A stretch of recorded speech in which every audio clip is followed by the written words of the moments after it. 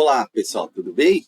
Hoje nós vamos corrigir, né, comentar a prova da Prefeitura de São Paulo para educação infantil, né? Professor de educação infantil. Claro que a gente vai fazer por partes, porque é prova muito longa, senão o vídeo fica muito grande e não fica tão interessante assim. Então, o que que nós vamos fazer, gente? Nós vamos comentar a prova e isso é uma etapa fundamental para você que faz concurso.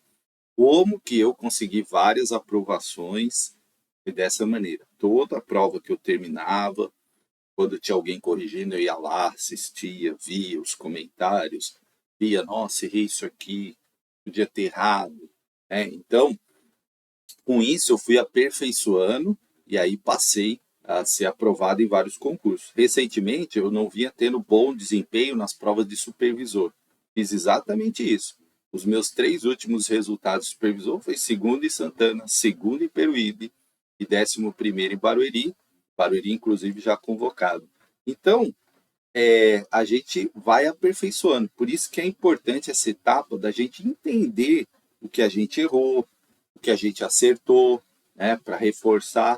Então, esse é um processo muito importante, né, e a gente gosta de fazer isso aqui. Então, vamos lá, vamos falar dessa prova. Fábio, foi uma prova difícil ou fácil? Foi uma prova cansativa, né?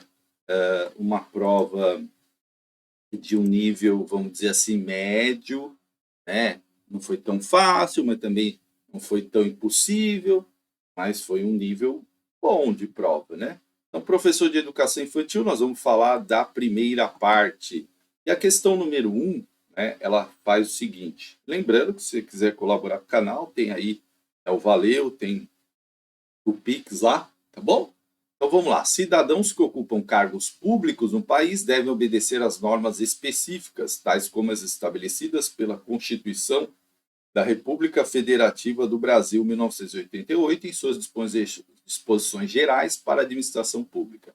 A esse respeito, de acordo com o inciso 16 do artigo 37 do referido documento, é vedada a acumulação remunerada de cargos públicos, exceto em caso de questão bastante conhecida, né? Tem que lembrar que aqui nós estamos procurando um exceto. Isso que eu falo, ó, isso aqui é acúmulo, artigo 37, 38, 41, 205, 206, 207, sempre aparecem em provas. Então, à medida que você vai estudando, você não erra mais. Então, qual seria o exceto aí, no caso que é possível acumular? 2 cargos de professor, quando houver compatibilidade de horários. Um cargo de professor e um de cargo técnico, quando houver sobreposição de horários, né? 2 cargos de gestão, quando houver compatibilidade de horários. 2 cargos técnicos ou científicos, independente da distribuição de horários. E um cargo de professor e um cargo de gestão, quando houver sobreposição de horários. O que diz a Constituição, e aí eu sempre falo isso nas aulas, tem uma exceção para acumular, né? E essa exceção é justamente da nossa área de professor. E eu sempre enfatizo, 2 cargos de professor quando houver compatibilidade de horários, né? E aí eu cito até exemplos pessoais. Então, aqui é gabarito letra A. Uma questão tranquila, porque é uma questão, gabarito letra A, uma questão bastante conhecida, né? Do acúmulo da nossa vida funcional. Então, não pode ter sobreposição de horários, né? Não pode ser 2 cargos de gestão, porque normalmente os cargos de gestão são 40 horas. Então, uma questão assim que cai bastante e que a gente tem que estar atento, porque diz respeito à nossa profissão. Não achei essa questão complicada, né? O único acúmulo, nesse caso aí dos listados, o acúmulo permitido é 2 cargos de professor quando houver compatibilidade de horário. Vou colocar aqui a lei para vocês, ó. 2 cargos de professor, né? É vedada a acumulação remunerada de cargos públicos, ó, inciso 16, exceto, ó, exceto aqui, quando houver compatibilidade de horários, nada de sobreposição de horários. E aí 2 cargos de professor ou um de professor com outro de técnico científico. Inclusive, eu enfatizo bastante isso nas minhas aulas, né? Ó, aqui está falando de 2 cargos técnico-científicos. Aí eu até cito exemplo, olha, técnico administrativo não é cargo científico, não é cargo técnico, né? Porque pode ser assistente, pode ser auxiliar, tem vários nomes dependendo de cada prefeitura. Então, uma questão importante para você não errar mais nas próximas provas, né? Se você errou, se você acertou, parabéns. Vamos lá, a Lei 9394, a LDB, em seu artigo 2, define a educação como dever da família e do Estado. Importante, né? Dever da família e do Estado. Considerando a referida lei, determina no que compete à família, em seu artigo 6, bem como a Lei 8.069, que é o Estatuto da Criança e do Adolescente, o ECA, em seu artigo 55. Então, artigos aí bem conhecidos, né? É correto afirmar que é dever dos pais ou responsáveis. Então, se você assistiu a minha aula Dicas Fundamentais para prova de educação infantil, essa aqui você não errou, com certeza, né? Efetuar a matrícula da educação básica na rede a partir de 3 anos de idade, é isso? Não, né?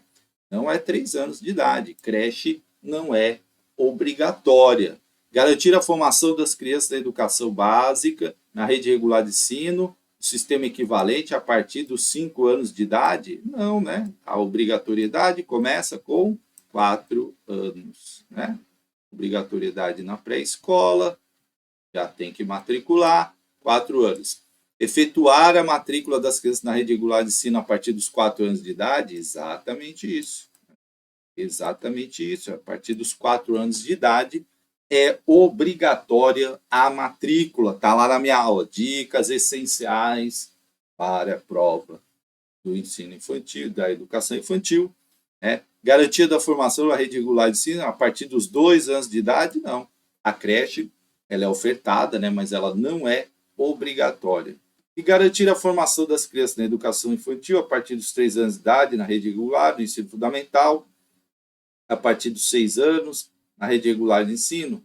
Não, aqui. Né? Então, como está falando aí, compete à família, né? E é dever, o que é dever? É dever matricular na creche? Não, a família pode optar por matricular ou não. Né? Às vezes a família até busca vaga e não acha.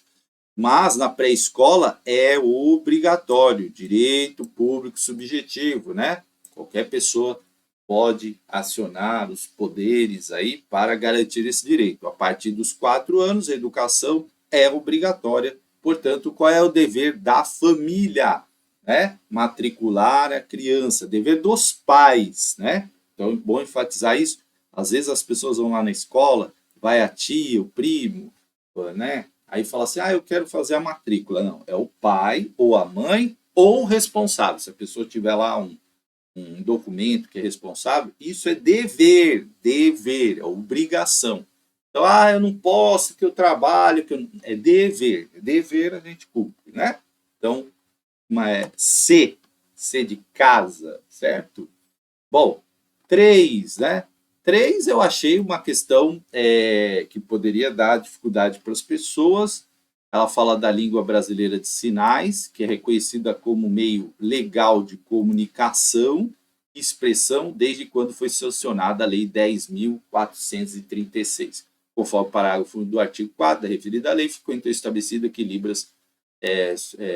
que a Libra substituir a modalidade escrita da língua portuguesa. Assinar a alternativa que preenche. Tem um espacinho aqui, né? Faltou espacinho aqui da questão, né? Tem para preencher aqui, eu acabei copiando e faltando o espaço. Aí tem as lacunas, né? Então tem a lacuna aqui e tem que Libras, né? Aí tem um espacinho aqui, tá? Então, só para você que não tem a prova aí, aqui tem um espaço e aqui também. Então, aqui teria que completar com o ano, né? Qual o ano da lei, isso eu achei complicado perguntar, né? E aqui, se poderá substituir a modalidade da escrita ou não. Tá? Então, aqui tem que completar também, aqui tem um espacinho, tá? Que faltou aí, perdão. Então, ó, 2002 não poderá, 2013 não poderá, 1996 não poderá, 2013 poderá, 2012 poderá. Bom, é uma questão, eu não gosto desse tipo de questão, porque cobrou o ano da lei, né? Então, complicou um pouco aí para alguns candidatos, tá? Por quê? Poxa, às vezes você não lembra o ano da lei, né? Coisa que às vezes a gente não presta muita atenção quando está estudando. Nesse caso aqui, gente, a Lei 10.436, ela é do ano de 2002, né? 2002. Então, a gente eliminaria a letra B, eliminaria a D e eliminaria a C, tá? Aí ficaria entre 2002 e 2002 aqui, poderá ou não poderá. Ela pode substituir a modalidade de escrita ou não pode? Nesse caso, né, não pode. Portanto, gabarito letra A. Eu achei essa questão difícil, tá? Por quê? Porque se a pessoa não lembrar na hora o ano, ela vai ficar com muita dúvida. O não poderá, eu até sabia, mas até o ano eu tive que consultar. Olha aqui, ó, Lei 10.436, de abril de 2012, né? O sistema, deixa eu substituir aqui, o sistema educacional, os sistemas estaduais, Distrito Federal deve garantir a inclusão nos cursos de formação especial de fonoaudiologia, magistério, seus níveis médio, superior, de ensino da língua brasileira de sinais como parte integrante dos currículos curriculares nacionais, né, dos parâmetros curriculares, os PCNs. A língua brasileira, parágrafo único, não poderá substituir, ó, aqui, ó, não poderá, né? Olha aqui, ó, tá? Questão que eu achei difícil porque tinha que lembrar o ano, né? Na época até o ministro era o Fernando Haddad, se eu não me engano. Mas é uma coisa que, né, não é tão simples assim, às vezes, da gente lembrar. Não é muito o perfil da banca Vunesp fazer esse tipo de pergunta, mas apareceu, né? Apareceu aí, então a gente tem que ficar atento com a Vunesp, com essas coisas, né? Cobrou aqui o ano da lei, né? Então, 2002, eu vou até gravar essa lei, porque ela é curtinha, e vou colocar no canal lá, vou ver se eu faço uma pastinha só de inclusão lá para a gente, para vocês poderem estudar isso.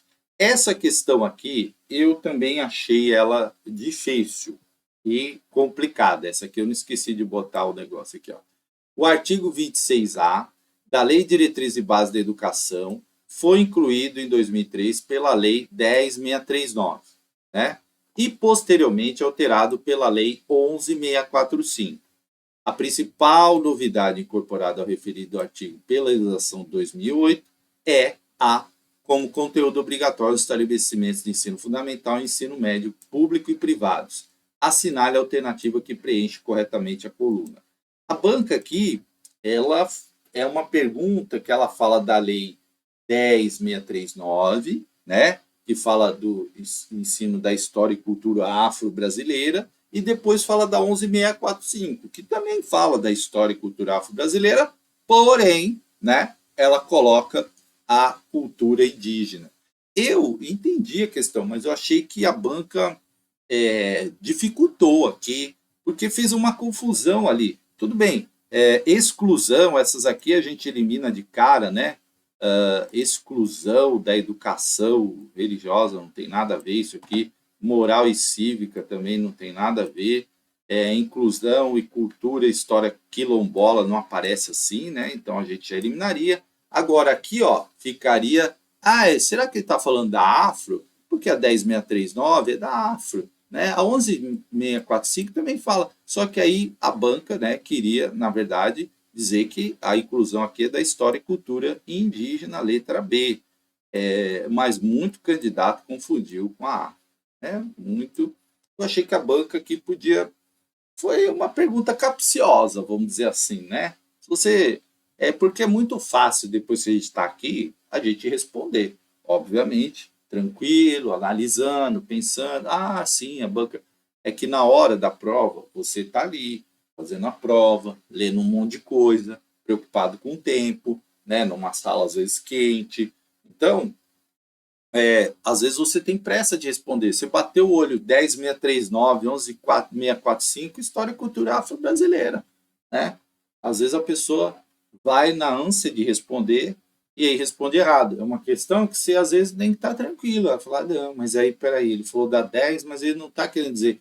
Ele está falando da 11.645, que traz história da cultura afro-brasileira, mas traz uma novidade lá, que é a história e cultura indígena, entendeu? Então você tem que. Não é uma questão assim de pronto. Tem gente que vai falar, achei super fácil. E eu acho que ali na hora deu muita confusão essa questão. Tanto é que muita gente marcou letra A, né? Gabarito letra B de bola, tá? B de bola, né? Coloquei aqui, estudo da cultura e afro-brasileira e indígena. Olha aqui, a novidade é do indígena, né? Redação dada, olha aqui, pela 11.645, o artigo 26A da LDB, né? Então, aí aqui fala dos negros e tal, fala da cultura afro-brasileira, dos povos indígenas, olha aqui, ó. Então essa é a novidade que a banca trouxe aí que você... E aqui a lei, né, as alterações do artigo 26A, aqui, ó, falando da história e cultura afro-brasileira, né, isso que pode ter gerado aí uma certa confusão, né? Então, vamos lá. Questão número 5, sobre a meta do Plano Nacional de Educação atualmente vigente, a Lei 13.005 de 2014, discorre sobre o problema do analfabetismo no país, define estratégias a esse respeito. Especificamente, o propósito da referida meta até o final da vigência do PNE é erradicar o analfabetismo funcional e reduzir em 50% a taxa de analfabetismo absoluto. Reduzir em 50% as taxas de analfabetismo absoluto e funcional, erradicar o analfabetismo absoluto e reduzir em 50% a taxa de analfabetismo funcional, erradicar o analfabetismo absoluto e o analfabetismo funcional e manter estáveis as taxas de analfabetismo. Bom, não vai ter meta que vai querer manter estável a taxa de analfabetismo, né? Então, isso aqui a gente já elimina, certo? A letra E a gente já risca do nosso calendário, das nossas opções. Calendário, eu estou pensando em outra coisa. Bom, o que acontece, gente? Nas aulas eu explico muito o que é analfabetismo funcional e analfabetismo absoluto.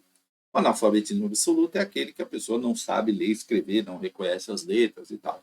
O analfabetismo funcional é aquele que, apesar da pessoa saber escrever algumas palavras, umas letras, um nome, frases, ela não consegue fazer uma leitura de um texto, entender ali, né? Então, o que o PNE traz? E aí eu gravei muitas aulas de Plano Municipal de Educação para várias cidades, e é a mesma coisa, né? Não muda muito.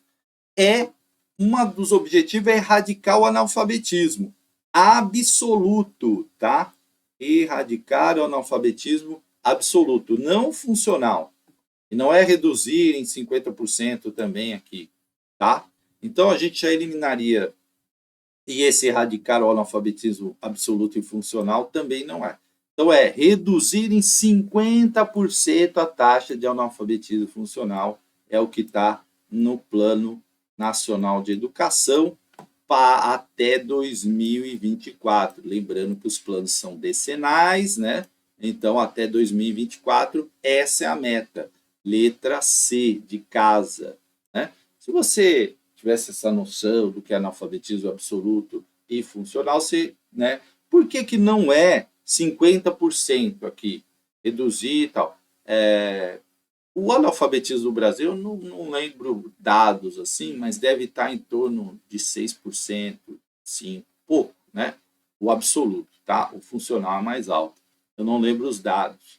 Então, é uma questão assim que uma questão tranquila do ponto de vista que tem essas informações, né? Não é uma coisa. E as outras alternativas, meio que a gente ia eliminando elas, e aí, se a pessoa tinha algum conhecimento de Plano Nacional de Educação e Plano Municipal de Educação, ela conseguiria responder essa questão.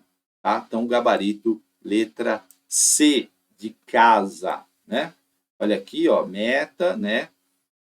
A meta 9, elevar a taxa de alfabetização da população com 15 anos para 93,5% até 2015, até o final da vigência desse PME, erradicar o analfabetismo absoluto e reduzir em 50% a taxa de analfabetismo funcional.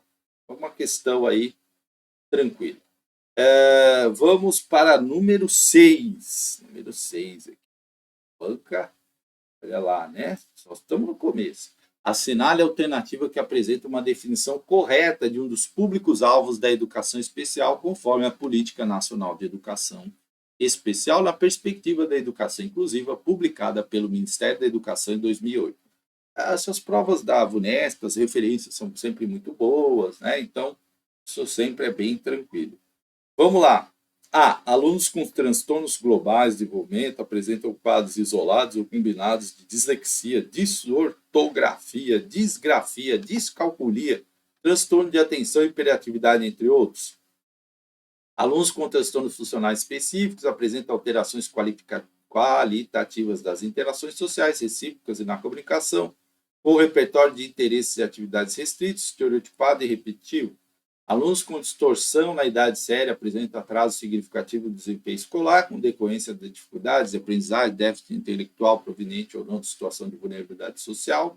E alunos com altas habilidades de superdotação apresentam potencial elevado na área intelectual, exclusivamente com baixo interesse, vocação para dimensões como liderança, psicomotricidade, artes e criatividade. E alunos com deficiência apresentam impedimentos de longo prazo, natureza física, mental, intelectual ou sensorial, que indicam interação com diversas barreiras, podem ter restringido a sua participação plena e efetiva na escola e na sociedade. Então, a banca aqui queria a definição, né, correta do público-alvo da educação especial. Então, primeiro, não está lá no público-alvo dislexia, desortografia, disgrafia, calculia, nada disso, né? Nem transtornos específicos, né? Também não está lá. Então, a gente já eliminaria a eliminaria a B, distorção idade série também não está lá, né? Aqui altas habilidades, tal, mas não tem essa palavra exclusivamente com baixo interesse, isso aqui também está fora. O que está certo é a alternativa E, né? A definição correta, alternativa E, alunos com deficiência, certo? Apresentam impedimentos de longo prazo de natureza física, mental, intelectual ou sensorial, que em interação com diversas barreiras podem ter restringido a sua participação plena e efetiva na escola e na sociedade. É exatamente essa a definição utilizada nesse documento do MEC, né?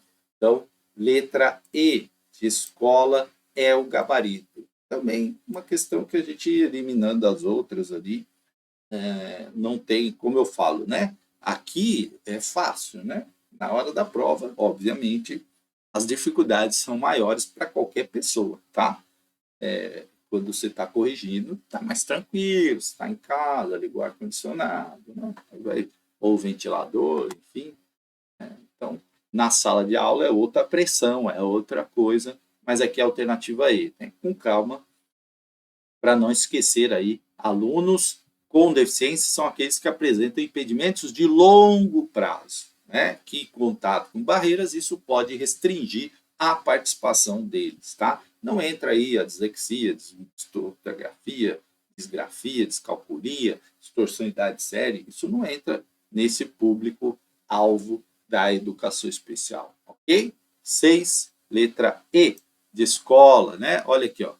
Pessoa, coloquei aqui o trecho para vocês, se você quiser printar, pessoa com deficiência, aquela que tem impedimentos de longo prazo, de natureza física, mental, sensorial, que interação com diversas barreiras podem trazer restringida a sua participação plena e efetiva na escola. Aí fala dos alunos com transtornos globais do desenvolvimento, são aqueles que apresentam alterações qualitativas das interações sociais, recíprocas e na comunicação, é um repertório de interesses e atividades restrito, estereotipado e repetitivo, inclui nesse grupo alunos com autismo, síndrome do espectro do autismo, psicose infantil, Alunos com altas habilidades demonstram potencial elevado em qualquer uma das seguintes áreas, isoladas ou combinadas: intelectual, acadêmica, liderança, psicomotricidade, artes, além de apresentar grande criatividade, né? Na aprendizagem e realização das tarefas. Você vê que algumas alternativas aqui tentaram confundir o candidato, né? Ó, com baixo interesse, né? Ali está com grande interesse, né? Então tentaram ali demonstra um potencial elevado aqui, ó, falando, né? Então tentaram ali apresentar grande criatividade, tentaram fazer uma confusão com alguns termos, mas estava mais tranquilo. Isso aqui está no documento do MEC, depois se você quiser você pode olhar lá. 7, né? Vamos para número 7. Logo após receber laudos médicos atestando a surdez de seu filho de primeiro ano de 1 ano de idade, uma família passou a informar-se sobre os direitos que a criança teria em sua escola. Com base no capítulo 5A da Lei 9394 da LDB, a família concluiu corretamente que a previsão legal de oferta bilíngue a estudantes surdos, né? Então, 7. Está sujeita à disposição de recursos da unidade escolar? Está sujeita à opção pela família quanto à modalidade no momento da matrícula? Tem início no ensino fundamental e se estende às etapas subsequentes da educação básica? É de competência das escolas especializadas no atendimento às pessoas surdas? Tem início ao 0 ano na educação infantil e se estende ao longo da vida.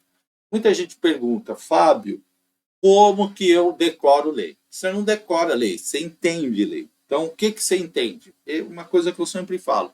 Inclusão, nossa lei é inclusão, gente, é para tudo. A inclusão não tem restrição. Quando fala assim, ó, está sujeita à disposição de recursos, não. Inclusão é inclusão. É em todo lugar, em toda etapa de ensino, né? Está sujeita à opção? Não, ó, tudo aqui limitando, né? Tem início no ensino fundamental? Não. Inclusão, aí tem uma frase que eu falo, né? Da creche até onde a pessoa quiser. Pós-graduação, doutorado, pós-doc, inclusão sempre, sempre, né? É de competência das escolas especializadas? Não. A criança tem que estar preferencialmente matriculada na escola regular. Então, olha a alternativa aí que bonita, né? Tem início no 0 ano na educação infantil e se estende ao longo da vida. Olha aí, né? Eu preciso lembrar do capítulo 5A? Não. Eu preciso lembrar isso, que viu alguma coisa que está restringindo ali? Ah, está sujeita à opção, não só no fundamental. Pronto, é só você pensar isso, gente. Pensar isso, DNA da educação, isso te resolve boa parte das questões. Isso serve para tudo? Obviamente que não. Obviamente que não. Mas serve para muita coisa. Muitos deram depoimento, ouvi você falar do DNA da educação. É uma coisa que, se você entender, ó, assim, ó, restringiu, limitou, né? É isso aqui, inclusão. Inclusão é para tudo, é da creche até, sabe? Então, você vai entendendo isso. Você precisa lembrar do capítulo 5A inteiro? Não. É importante ler? Sim. É importante você entender esse conceito para você entender as leis, né? Olha aqui, ó, capítulo 5A, ó, artigo 60A, entende-se por educação bilíngue, para os efeitos, a modalidade de educação escolar oferecida em língua brasileira de sinais, Libras, como a primeira língua, isso também cai bastante, e em português escrito como segunda língua, né? Já caiu uma questão aí também sobre isso. Em escolas bilíngues de surdo, classe bilíngue, escolas comuns ou polos de educação bilíngue de surdos para educandos surdos cegos com deficiência auditiva, sinalizantes, surdos com altas habilidades ou superdotação, optantes pela modalidade de educação bilíngue de surdos, né? Pode ser a modalidade bilíngue, né? E aqui haverá, quando necessário, apoio educacional especializado, com atendimento educacional especializado, bilíngue, para atender às especificidades linguísticas dos estudantes surdos. A oferta de educação bilíngue terá início 0 ano na educação infantil e se estenderá ao longo da vida. Ó, recente, né? 2021, essa alteração. Então, sempre as bancas estão aí buscando também principalmente a VUNESP, temas de alterações mais recentes, né? Até para a banca tem que, né, tem que fazendo coisas novas para não ficar ali a gente manjando. Nosso trabalho aqui é entender o que a banca quer. E às vezes a gente já está tão assim, né, que as bancas tentam, isso eu estou falando de várias pessoas, tentam ali falar, bom, os caras agora entenderam aqui, vamos tentar mudar, né? Então a gente vai meio que captando as mensagens das bancas. Bom, vamos lá. Por isso que é importante corrigir prova. 8. De acordo com o artigo 46 da Resolução 4 de 2010, que define as diretrizes curriculares nacionais gerais para a educação básica, a avaliação no ambiente educacional compreende 3 dimensões: avaliação da aprendizagem, avaliação institucional interna e externa, avaliação de redes de educação básica.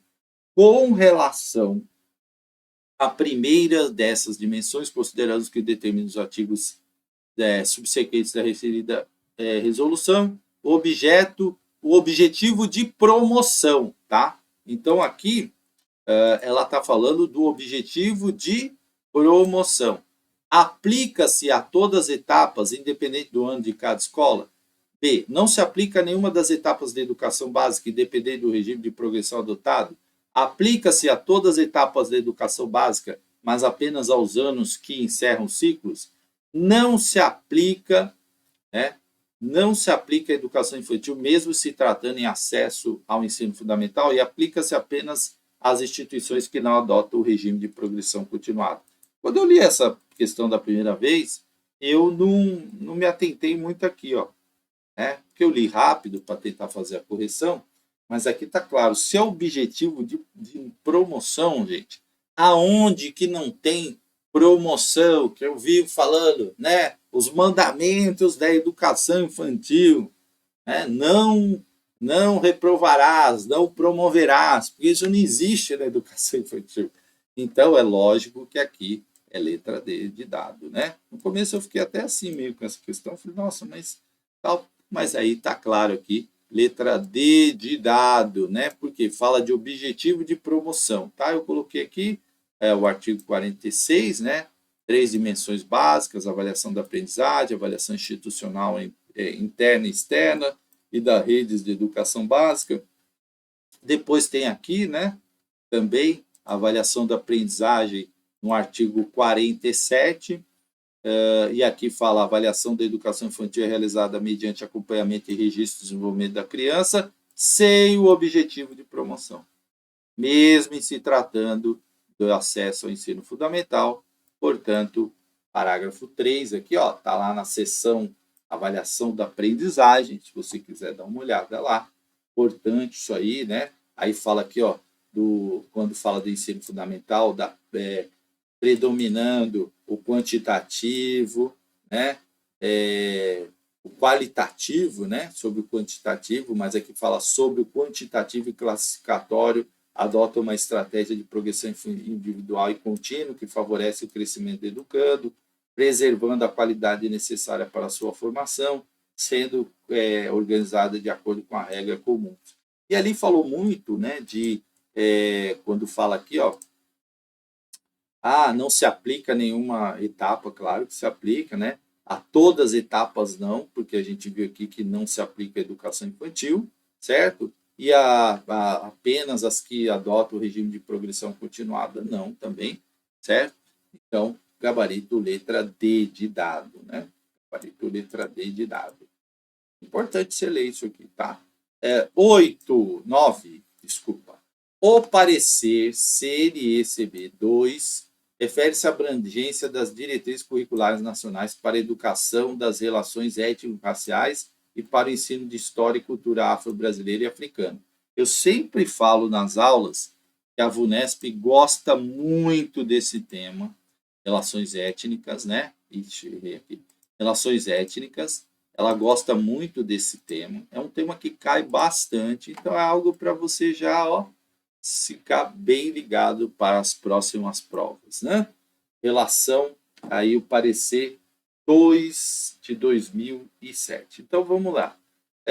E aí, esse é um documento, essa eu achei também uma questão muito pouquinho mais difícil, porque ela vai cobrar o parecer, né? Então, o parecer, muitas vezes, as pessoas não dão uma olhada ali. Existe um hiato histórico entre as determinações das diretrizes e sua execução concreta nos sistemas de ensino distribuídos no território nacional, mas a existência de problemas práticos concretos não justifica que haja negligência em seu cumprimento. Alternativa A. As diretrizes, embora não sirvam de complemento a políticas públicas relativas à proteção dos direitos da criança e do adolescente, configuram-se como documento calcionador voltado à promoção étnico-racial. Então vamos lá, já vamos corrigindo, né? Ela serve sim, tá? Então as diretrizes, elas servem de complemento a políticas públicas, né? Então a palavra não aqui está errada. A vasta distribuição de material, não há vasta distribuição de material, né? Aqui é não, tá? Não há vasta distribuição de material adequado aos níveis, bem como a grande atenção oficial dada a formação apropriada de professores, né? Também há problemas aqui. E a legislação deixa margem para pertinência de incluir a educação infantil? Não, o parecer é claro, não deixa margem. Né? Aqui seria não. Não deixa margem, tá? Não deixa margem. Está muito claro lá que a educação infantil tem que ter também as relações étnicas, a história e o parecer lá, né? Está escrito isso. Há falhas conceituais históricas no embasamento político, que estabelece a aplicação imediata a necessidade indiscutível das o que torna imperiosa a revisão de suas determinações. Também o parecer não fala nada disso aqui e não fala dessas falhas conceituais históricas. Portanto, é letra A. Né? Existe um hiato entre as determinações, sim, né? O parecer fala disso, e sua execução concreta, problemas ali na aplicabilidade disso, mas esses problemas não justificam a negligência no cumprimento desse parecer, né? Portanto, gabarito letra A, tá? Questão que eu achei difícil, tá? Dava para ir eliminando ali, né? Mas tinha que lembrar do parecer e poderia gerar alguma dúvida.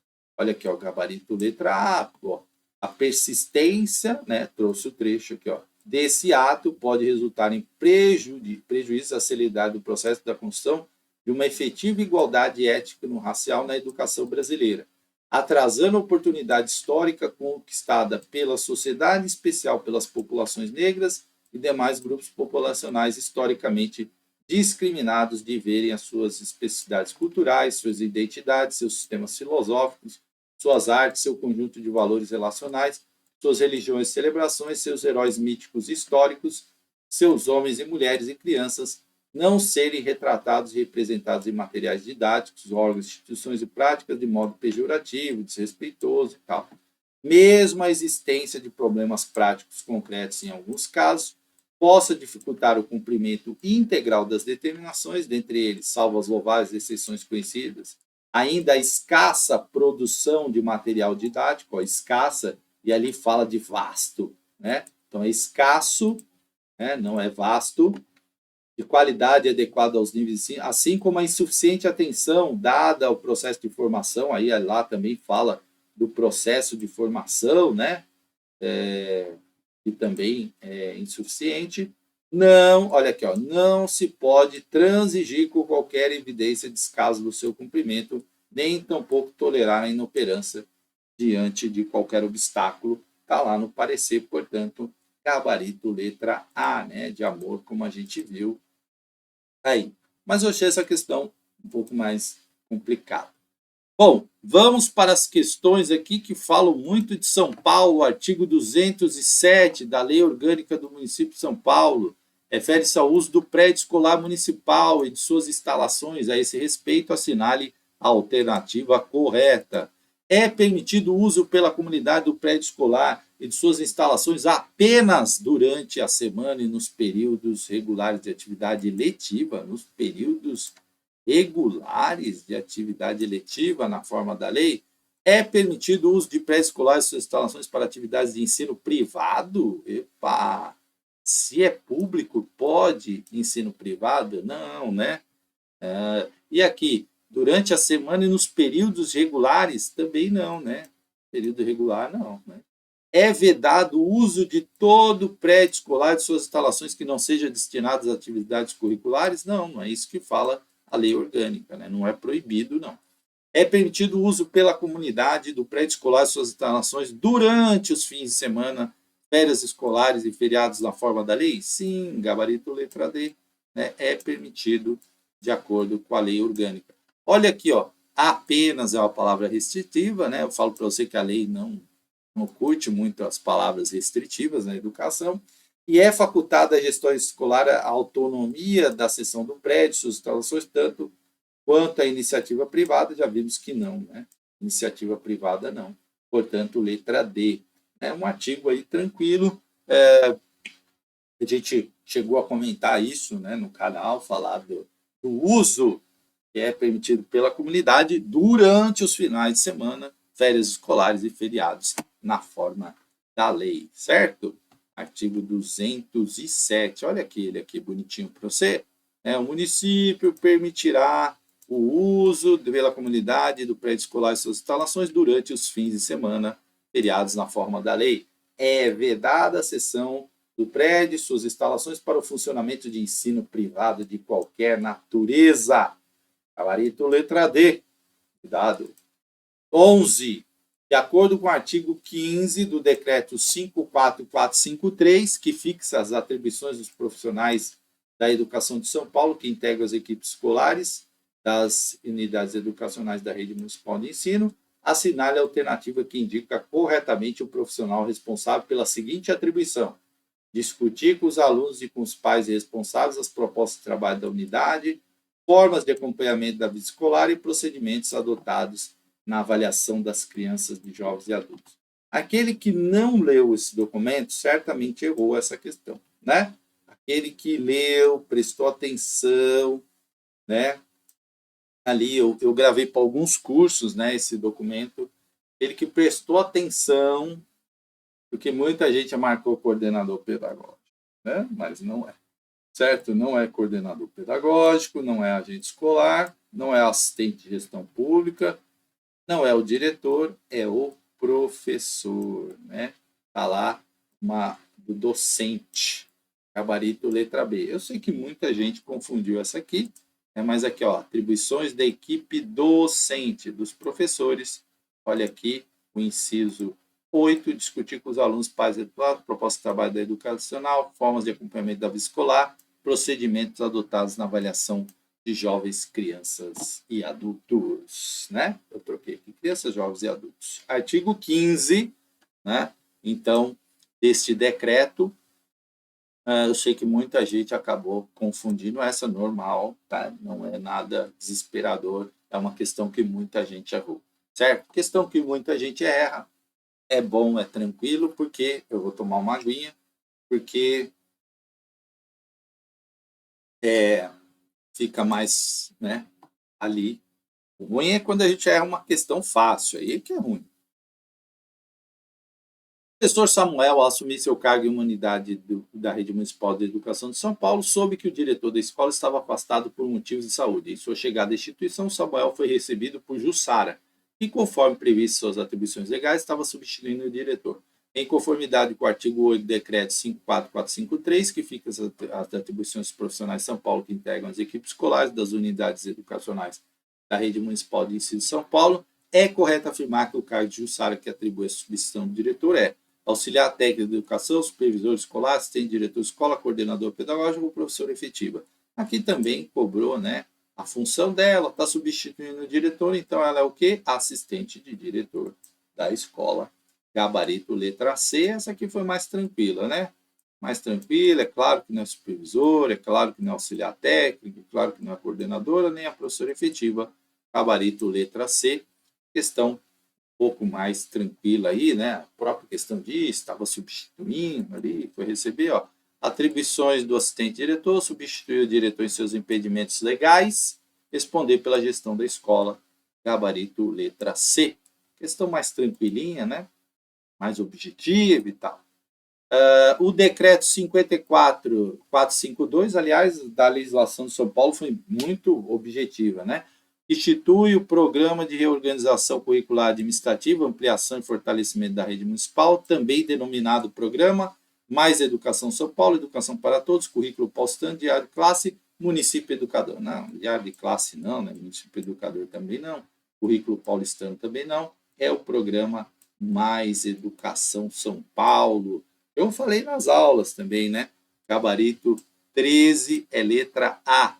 Programa Mais Educação São Paulo também foi programa de reorganização curricular e administrativa, ampliação e fortalecimento, programa Mais Educação São Paulo. Olha aqui o decreto, institui, e aqui o programa de reorganização, esse nome gigante aqui, e aí Mais Educação São Paulo, né? Decreto 54, 2013.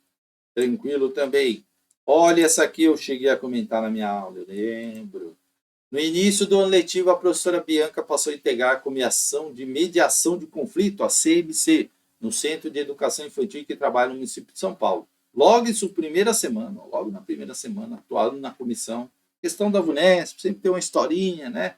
Ali, um contexto para você.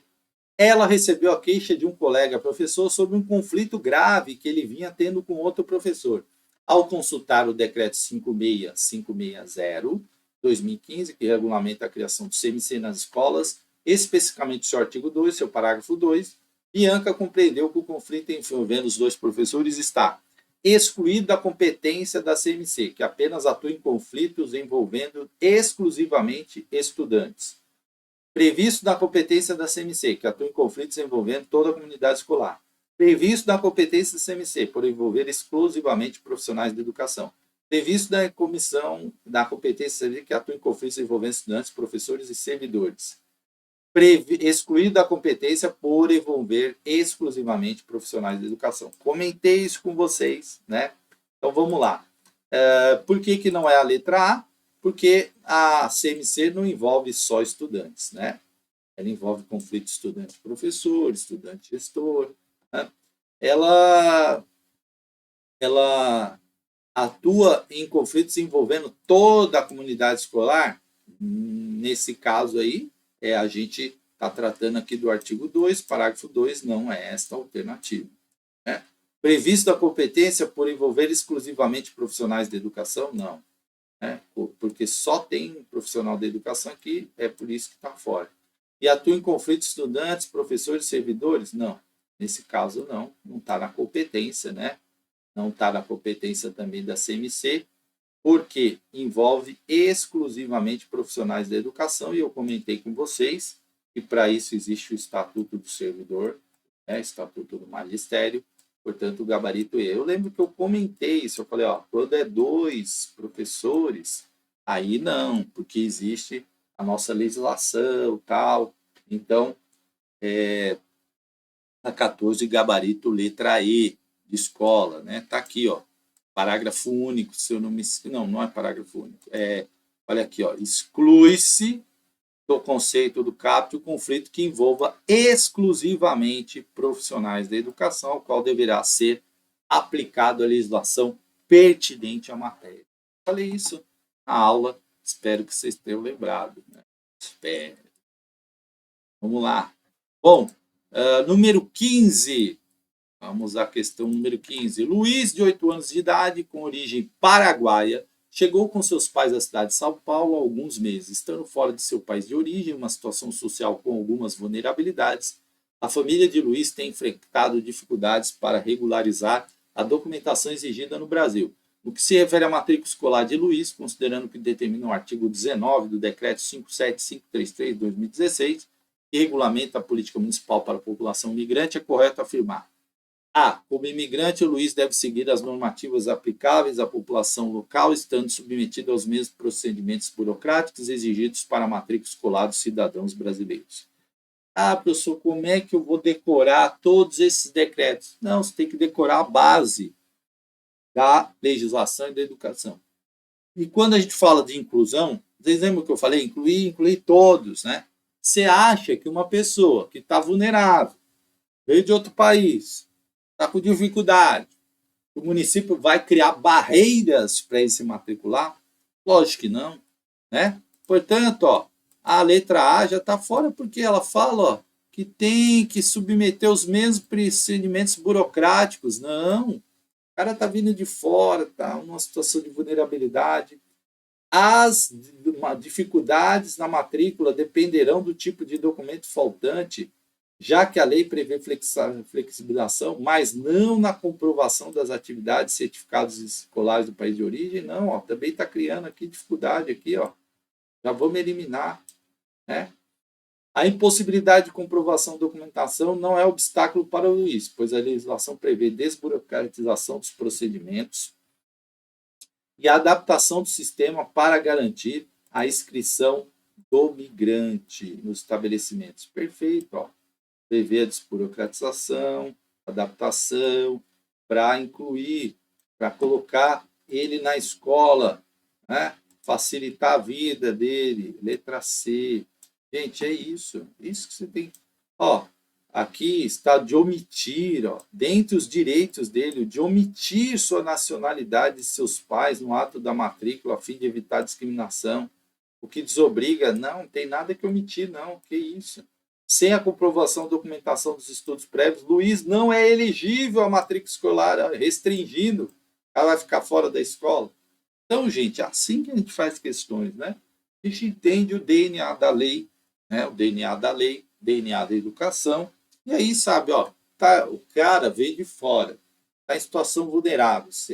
Eu falei isso, a política de imigração, de, né, incluir, acolher, receber, criar todas as possibilidades para que essa pessoa não seja excluída. E todas as alternativas aqui, exceção da C, criam barreiras, né? Ah, não, se não tiver isso, não tem jeito. Né? Não, não é essa, não é esse o padrão, né? Da nossa. Ah, mas na prática, aí é outra história, né? Na prática eu já vi coisas horrorosas. Mas vamos lá.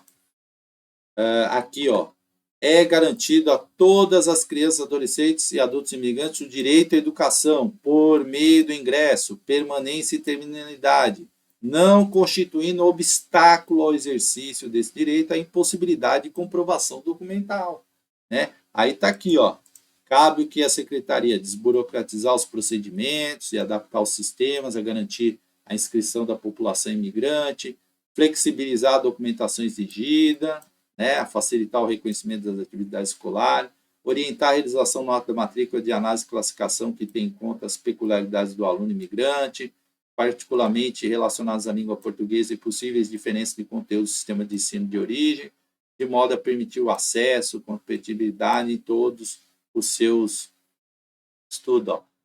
Aqui também, ó, no inciso 1, assim como registrar nacionalidade, nada de omitir, né? Para fins de levantamento estatístico, para saber qual é o fluxo migratório que está vindo para o país, né, até para os sistemas irem criando ali condições para receber essas pessoas. Olha aí, gabarito letra C, né? Então, é isso. A estratégia adotada, a estratégia denominada, né, busca ativa escolar, está entre as orientações do Conselho Municipal de Educação, são Paulo, para as unidades educacionais, conforme a recomendação 7 de 2021. Tem como objetivo central busca ativa escolar. Qual é o objetivo central de uma busca ativa escolar, gente? Busca ativa, né? Tá falando do quê? Do aluno que está evadido, do aluno que não está indo para a escola.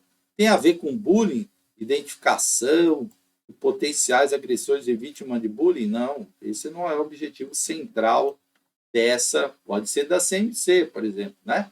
Mas dessa aqui não, né? Busca ativa escolar. Localização de equipamentos parceiros nos arredores também não.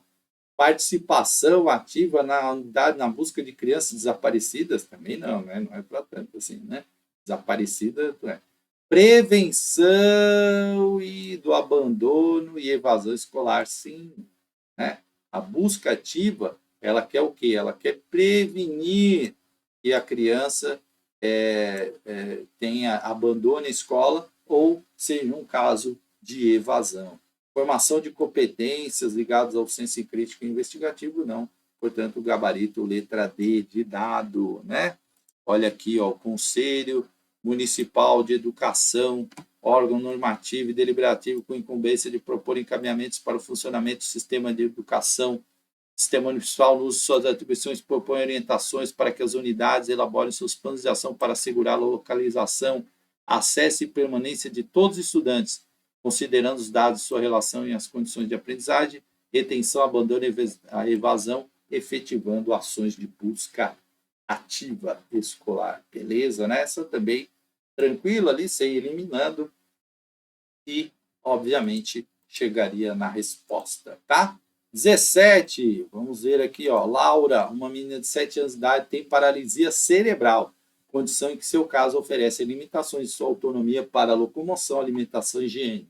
Sua família, acompanhada de perto, o cumprimento dos direitos de Laura e os serviços oferecidos a ela na escola em que está matriculada no município. Entre tais serviços está o projeto Rede, né? Aí perguntou de um projeto específico da prefeitura, o projeto Rede. O que esse projeto oferece, né? Então, essa também pode ter sido uma questão difícil, se a pessoa não conseguiu ler todos os documentos, né? Oferece suporte técnico de apoio intensivo para que determinados estudantes possam participar das atividades integradas ao seu grupo classe, exatamente isso que está na letra A, né? Portanto, gabarito já de cara aqui na letra A, é exatamente isso que oferece o projeto Rede, né? Um apoio intensivo para que os estudantes possam participar de atividades. Garante transporte gratuito, especializado? Não, não é isso. Agora ela vai ter, né? Mas não é a pessoa com deficiência e transtorno, não é isso que é o projeto Rede.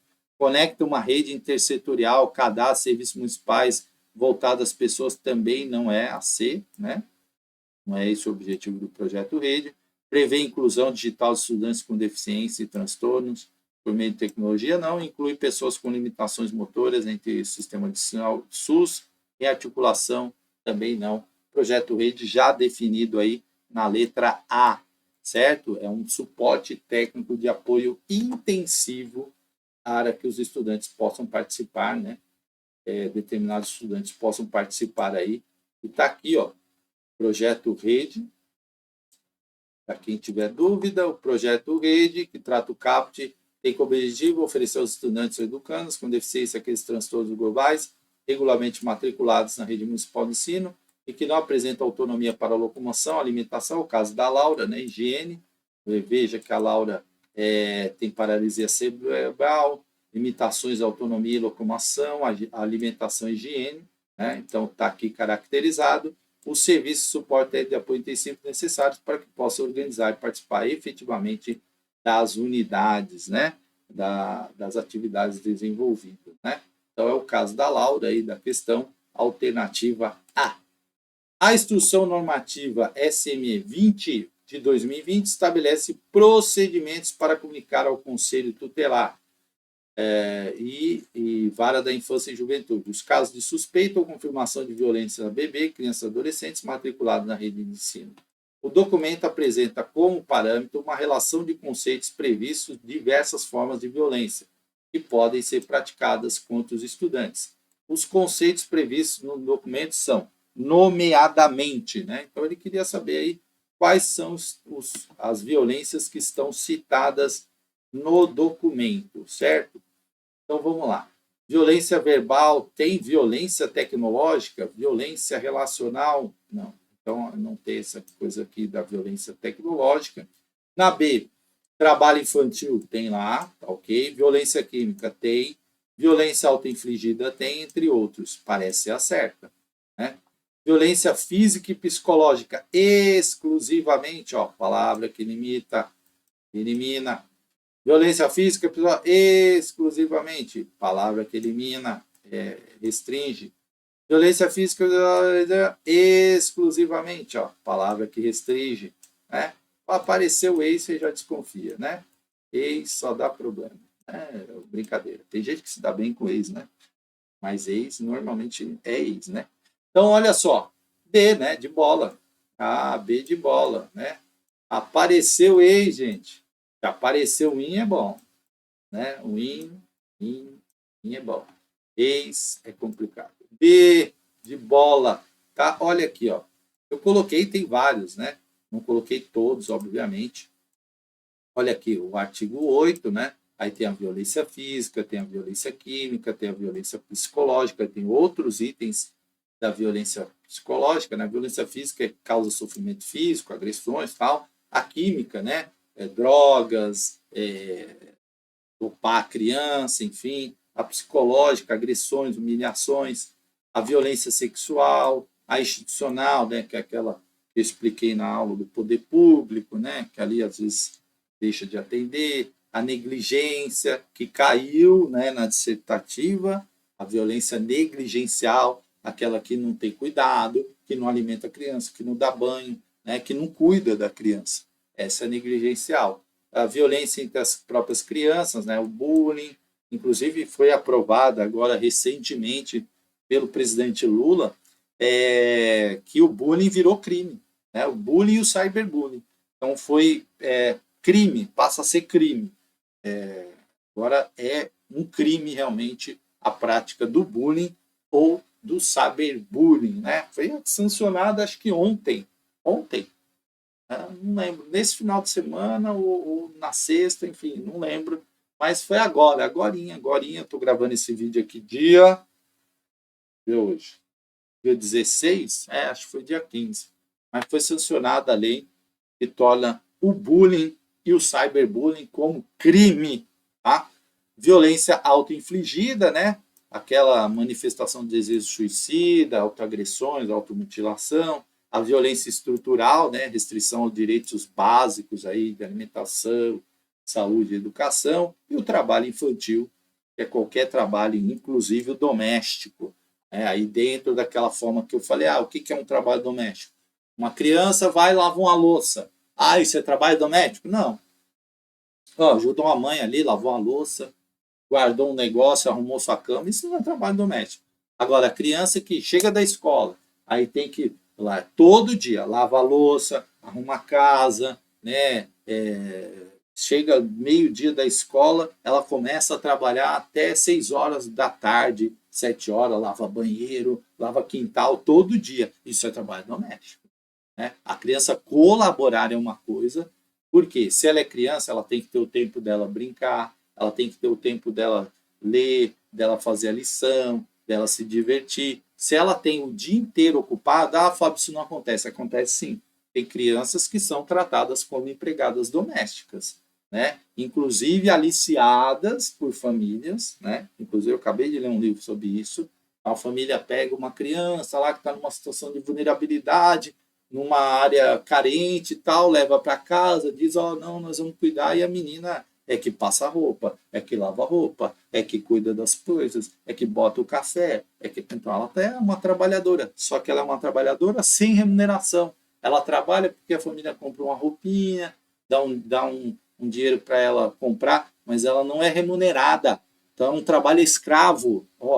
Isso é trabalho infantil, e aí, além disso, trabalho escravo também. Isso acontece? Acontece. Tá? 19.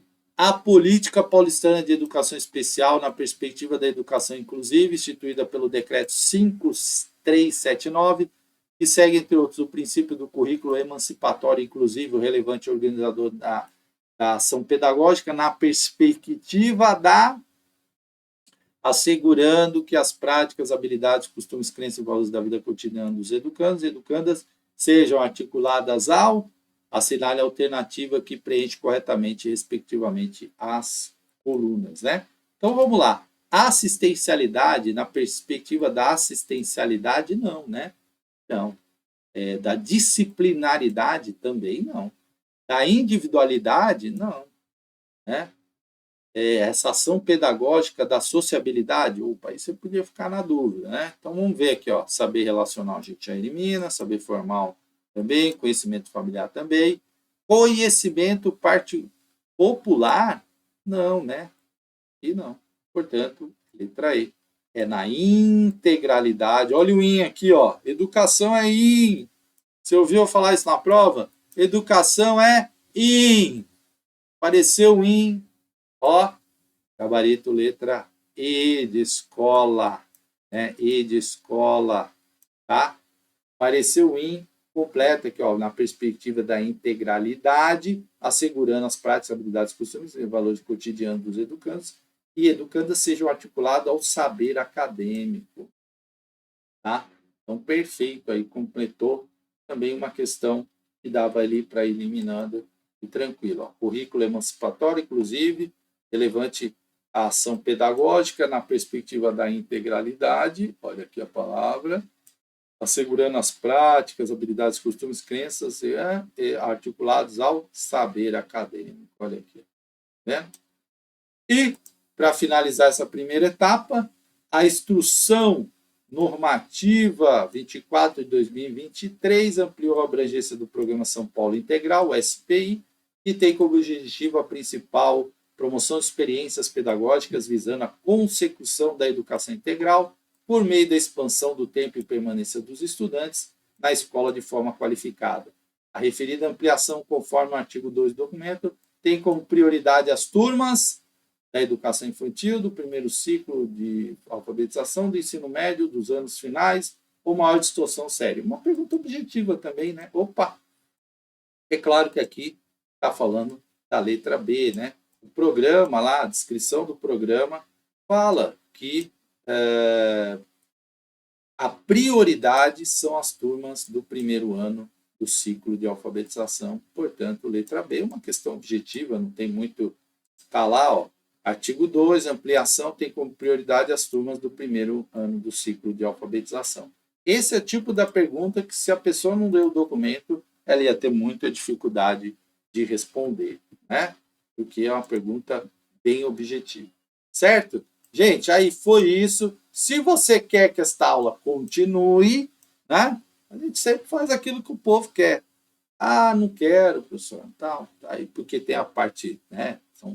Não é longa essa prova, então vou comentar aí. Se você quiser, aí você coloca aí o seu like, né, o seu comentário. A gente vai dar continuidade e sequência a essa aula. Muitas vezes a pessoa fala assim, ah, você gravou tal. É porque não teve repercussão, né? Bati aqui na mesa.